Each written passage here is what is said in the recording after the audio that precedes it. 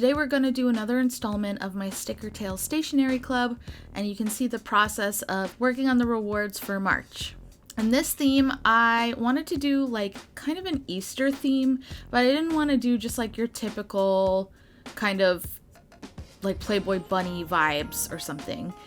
I really wanted to do like a Gyaru bunny girl, if that makes sense. Like I wanted to combine the aesthetics of like pastel and Easter kind of theme, but with the very over the top, big hair, exaggerated makeup, exaggerated nails, the whole look for Gyaru. If you don't know what Gyaru is, it is a Japanese street style that's been around since I believe the 90s. And I'm going to put up a few examples so you can see what it looks like, but it's like very, very over the top. And from my understanding, and correct me if I'm wrong, the Gyaru style kind of came about as a reaction towards the more like conservative style that was popular in Japan during that time. And the Gyaru style is about low cut tops, short skirts, very tan skin, big hair, exaggerated makeup, long nails, decorated nails, just like lots of patterns and everything. And it's a very fun over the top style, and I love over the top things. So that's what I wanted to do for this round.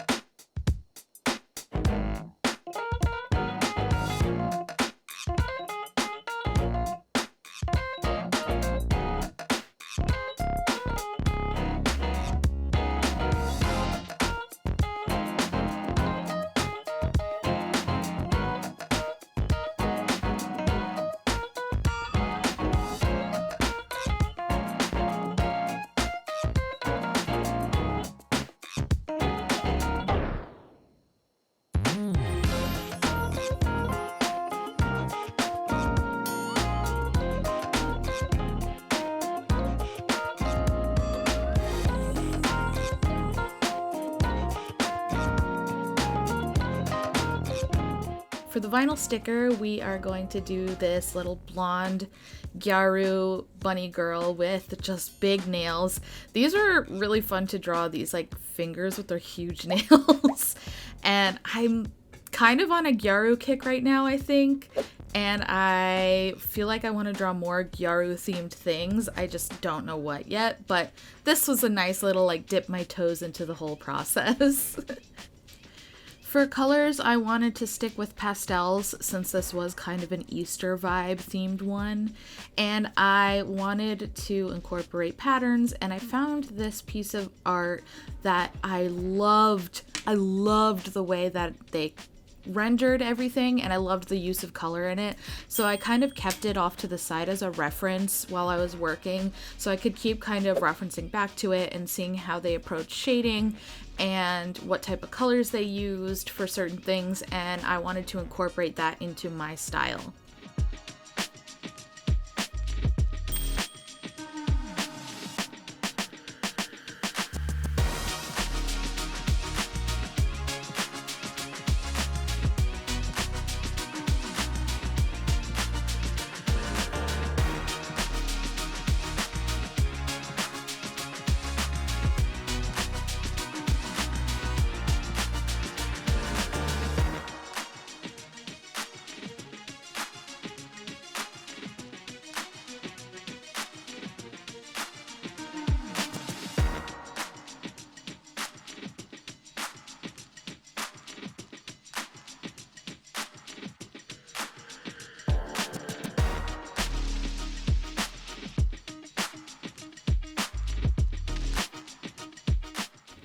The eye makeup for Gyarus are really distinct. Obviously, they can change and shift a little bit according to the sub-style, but the one that I was referencing is the very iconic, exaggerated lower lid look, which has like this droopy bottom lid, big eyelashes, and this kind of white all over shadow on the top of the lid. And I really like this kind of very exaggerated look because that's something that really pops out to me when I think of Gyaru.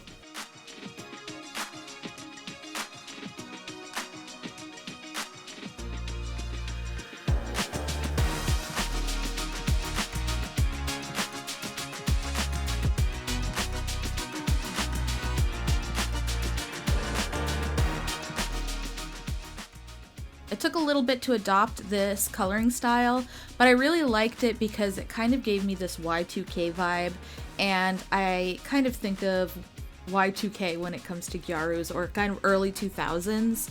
So it took a little bit to establish, but I started getting the hang of it. It's a lot of like gradation from dark to light in certain areas. And then the thing that I really, really liked about this style was the outline.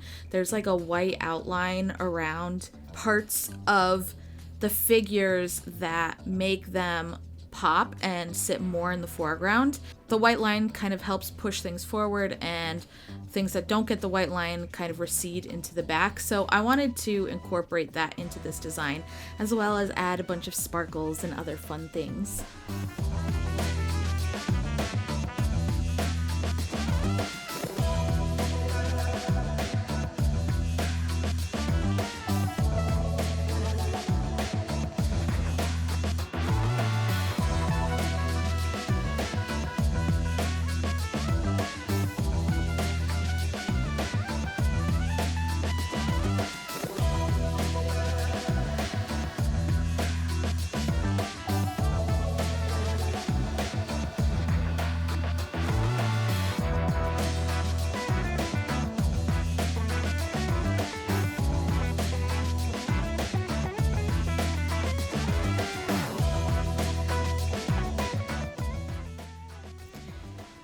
For the sticker sheet, I wanted to do another girl. I think initially I was going to do two, but as you can see towards the end, I end up dropping off the second girl on the sheet.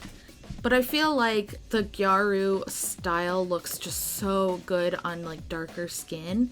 So again, I incorporated big curly lashes, this droopy eyelid look, and then just a lot of leopard pattern because I love leopard pattern, and I think a lot of Gyarus love leopard pattern too, so we have that in common. And then of course I had to give her some bunny ears because she's a little Gyaru bunny girl.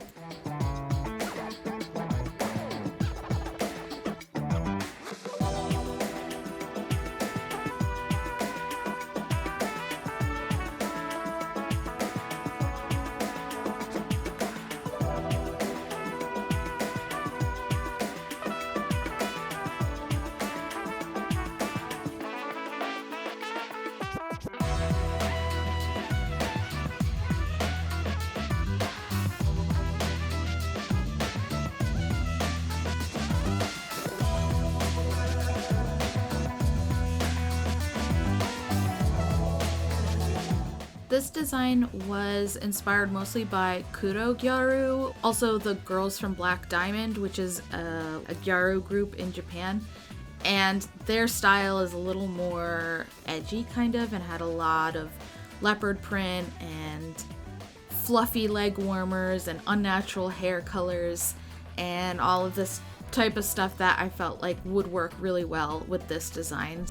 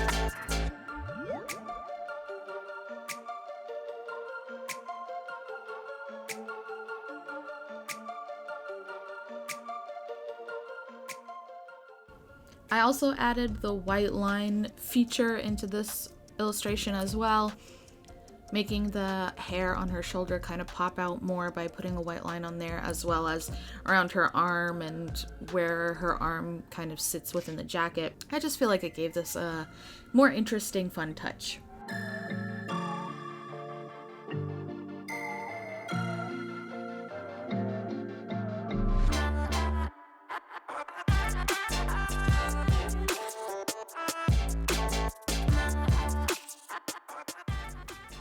As I mentioned earlier, I didn't like the other illustration of the girl, so I took her away, and then I decided to add a bunch of little detail, fun Easter themed things in the sticker sheet instead. I was also kind of thinking of Easter candy, so like Peeps and, well, mostly just Peeps because those are my favorite candies. But I thought of putting like in a little cute duck and a little bunny, but then making them a little more edgy, so adding piercings and some leopard print or something on them, and then adding in the Peeps and like a cute little heart guitar and some bows, just like accessories and details that I felt like fit with this girl.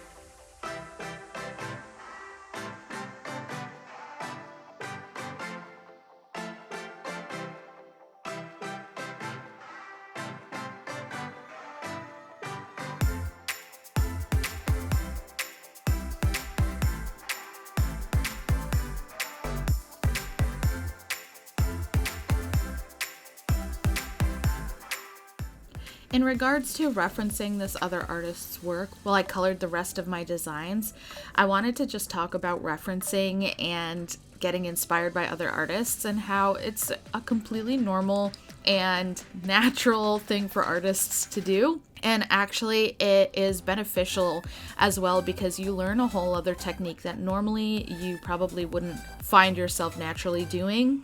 It kind of pushes you outside of your comfort zone and pushes you outside of your muscle memory, because when you start to draw in a very specific style and a specific type of coloring style and everything, a lot of that falls into this muscle memory where your hand just kind of goes, oh, I know what I'm supposed to do, and then it does it. But by referencing other artists' work and using that as inspiration and kind of practicing and seeing how they approach coloring or doing line art or drawing characters or however it is, you end up learning a bit about yourself. You end up learning a bit about what you like in their art, what you like in your art, and then you kind of take bits and pieces of the things that you learned and incorporate it into your style, or you don't at all. But I think it's a really good way to kind of expand, especially if you feel like you're in an artistic rut, that it's sometimes really good to explore other artists' styles, look at how they approach shading, how they approach line work, how they approach characters, and try to emulate that a little bit and practice that. In art school, we did master copies where we were supposed to pick a famous artist and just replicate exactly to the best of our ability the same image that they did, just like redraw it and try to do it as perfect as possible, match it as perfectly as possible. And through that, you kind of learned how the masters did things and trained your hand a little bit in a different way of drawing, and it was just beneficial. So while I'm not really copying this person's work in a sense of like stealing their designs, but more so inspired by their coloring style and using that to influence my work, and then therefore I get a whole different vibe than what I normally would draw. And yeah, I just wanted to talk about that because I feel like sometimes, especially now with social media, we get very paranoid about like what is theft, what is stealing an idea or a concept or all of this type of stuff. And I wanted to mention that with artists, there is a famous quote about stealing like an artist, quote unquote, which means taking inspiration from various artists and various things all over the world and taking tiny bits and pieces of it and incorporating it into your own work and then eventually making your own style out of that. Anyway, For this last one, this is for the mini print that's coming in the rewards. I really wanted to emulate the Purikura photos that a lot of Gyarus would take and kind of have them posing, and then you have all of these little fun additions to the photo, so like text and sparkles and little handwritten stuff, and I wanted it to look like almost as if they were in a Purikura booth. So this took just taking the original girls that I had, putting them in, adding a different hand pose for the blue-haired girl, and then just messing around with filters and adding text and little hearts and stars and just little fun accessories and beep boop beep boops. It's the best way I can explain it all over the images.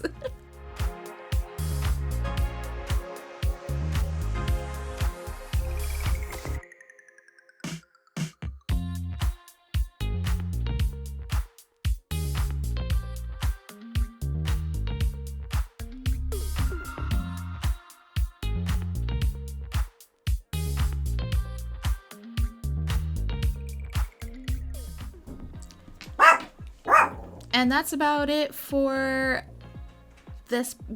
And that's about it for this process. Now let's go look at the final reveal of the 3 images.